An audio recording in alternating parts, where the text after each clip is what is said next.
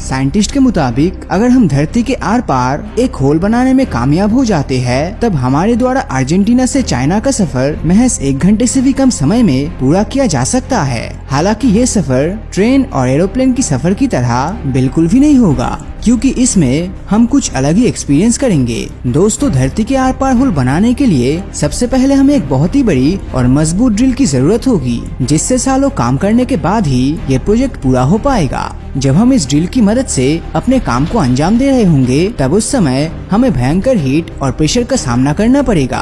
साथ ही जैसे जैसे हम धरती के सेंटर की तरफ बढ़ते जाएंगे, ठीक वैसे ही ये हीट और प्रेशर बढ़ता जाएगा। लेकिन एक बार जैसे ही हम इस होल को बनाने में कामयाब हो जाएंगे, तब उसके बाद हमारे पास अपना खुद का ग्रेविटी टनल होगा, जो हमें धरती की एक साइड से दूसरी साइड भेजने के लिए गेटवे के रूप में काम करेगा। अब अगर आप सोच रहे हो कि इस होल में सिंगल जंप लगाते ही इंसान धरती के दूसरी साइड में पहुंच जाएगा, तो ऐसा नहीं है, क्योंकि इस जर्नी को पूरा करने के लिए हमें एक ऐसी ग्रेविटी ट्रेन की जरूरत पड़ेगी जो सिर्फ ग्रेविटेशनल फोर्स से ही चल सके।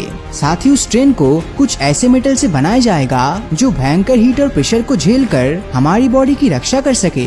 इसके बाद हमारी जर्नी का पहला स्टेप शुरू होगा, जिसमें हम सबसे पहले धरती के क्रस्ट को पार करेंगे। धरती के क्रस्ट के थिकनेस इस पर डिपेंड करता है कि हम अपनी जर्नी को कहां से शुरू कर रहे हैं, क्योंकि ये क्रस्ट 5 किलोमीटर से लेकर 70 किलोमीटर तक मोटा होता है, जो धरती का केवल 1% ही है। अपनी जर्नी की शुरुआत में तो हम बहुत ही बेफिक्र महसूस करेंगे, क्योंकि धरती के अंदर 20 मीटर तक जाना सबवे पर जाने के बराबर ही है। लेकिन जैसे ही हम 3.6 किलोमीटर की गहराई पर पहुंचेंगे, तब हमें धरती के अंदर डेविल वर्म दिखाई देगा, जो कि अब तक खोजे गए सबसे ज्यादा गहराई में रहने वाला लिविंग एनिमल्स है। इतनी गहराई तक पहुंचते ही हमें हीट महसूस होने लगेगी।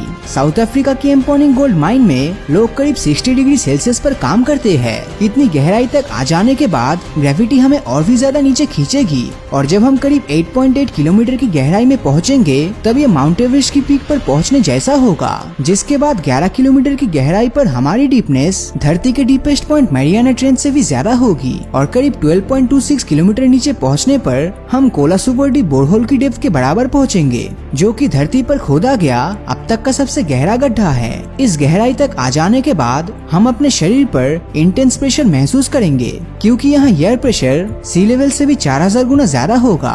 और जैसे ही हमारी जर्नी का फर्स्ट स्टेप एंडिंग की तरफ होगा, तब हमें वहाँ पर बहुत से रेयर जेमस्टोन्स का भंडार देखने को मिलेगा। फर्स्ट स्टेप खत्म कर लेने के बाद हम धरती की सेकंड लेयर यानी कि मेंटल में एंटर कर जाएंगे। हम में से ज्यादातर लोग ये सोचते हैं कि धरती का मेंटल लावा की तरह होता है, लेकिन ये सच नहीं है, क्योंकि ऐसी गहराई पर तो ये रॉक सॉलिड होता है, जो गहराई में जाने पर ही ये मोल्टन फॉर्म में बदलता है। दोस्तों, मेंटल हमारी जर्नी का सबसे मेजर पार्ट होगा, और ऐसा इसलिए क्योंकि मेंटल धरती के टोटल वॉल्यूम का 84% पोजेस करता है, जिसकी थिकनेस करीब 2900 किलोमीटर है। वैसे तो हम मेंटल के अंदर ज्यादा कुछ नहीं देख पाएंगे, पर आपको जानकर हैरानी होगी कि इस गहराई में हमें अनलिमिटेड डायमंड्स देखने का मौका मिल सकता है, जो कि मेंटल की भयंकर हीट और प्रेशर से उत्पन्न होकर वोल्केनिक इरप्शन के जरिए हम इंसानों तक पहुंचता है। ये सब क्रॉस कर लेने के बाद हम सभी धरती की सरफेस से लगभग 410 किलोमीटर की गहराई में होंगे, और इस गहराई से नीचे जाने पर सब कुछ अजीब होने लगेगा, क्योंकि यहाँ मेंटल की रॉक मेंटल हॉट में तब्दील हो जाएगी। लेकिन एक्सट्रीम प्रेशर की वजह से इसका फॉर्म तब भी हार्ड रहेगा। अब हम सभी मेंटल के बॉटम की तरफ बढ़ते हुए 1000 किलोमीटर की गहराई में पहुँचेंगे, जहाँ पर हमें मेंटल ब्लॉब्स की फोर्स का सामना करना पड़ेगा। ये ब्लॉब्स हॉट रॉक के सुपरचार्ज प्लूम्स होते हैं, जो अगर गलती से भी धरती की सरफेस से टकरा जाए, तब ये सुपर वोल्केनो में तब्दील हो जाएगा, जिनसे धरती पर हर तरफ विनाश होगा। इसी तरह बढ़ते बढ़ते आखिरकार हम मेंटल को पार करके 3000 किलोमीटर की डेप्थ में मौजूद आउटर कोर में पहुंच जाएंगे। ये आउटर कोर आयरन और निकल से बना होता है, जहां पर टेम्परेचर करीब 4500 से 5500 डिग्री सेल्सियस के बीच रहता है। हालांकि इसकी थिकनेस लगभग 2000 किलोमीटर की ही होती है, जिसे पार करते ही हम 5000 किलोमीटर की डेप्थ पर धरती के इनर कोर में पहुंच जाएंगे, जिसका टेम्परेचर करीब 5200 डिग्री सेल्सियस और प्रेशर सी लेवल से भी 36 लाख गुना ज्यादा होता है, जो किसी भी चीज को पल भर में क्रश कर सकता है। हाँ, अगर फिर भी किसी तरह हमारी ग्रेविटी ट्रेन इस प्रेशर और हीट को झेल लेती है, तब हम धरती के सेंटर में होंगे, जहाँ पर मास हर डायरेक्शन में इक्वल होता है, जिस कारण हमें जीरो ग्रेविटी एक्सपीरियंस करने का मौका मिलेगा। खैर अभी हमने अपनी जर्नी का सिर्फ आधा रास्ता ही तय किया है और इसको पूरा करने के लिए हमें एक बार फिर से रिवर्स वे में इस जर्नी को दोहराना होगा और तब जाकर हम धरती के दूसरे साइड पर पहुंच जाएंगे। लेकिन अब सवाल ये उठता है कि हमें ये सफर तय करने में कितना समय लगेगा।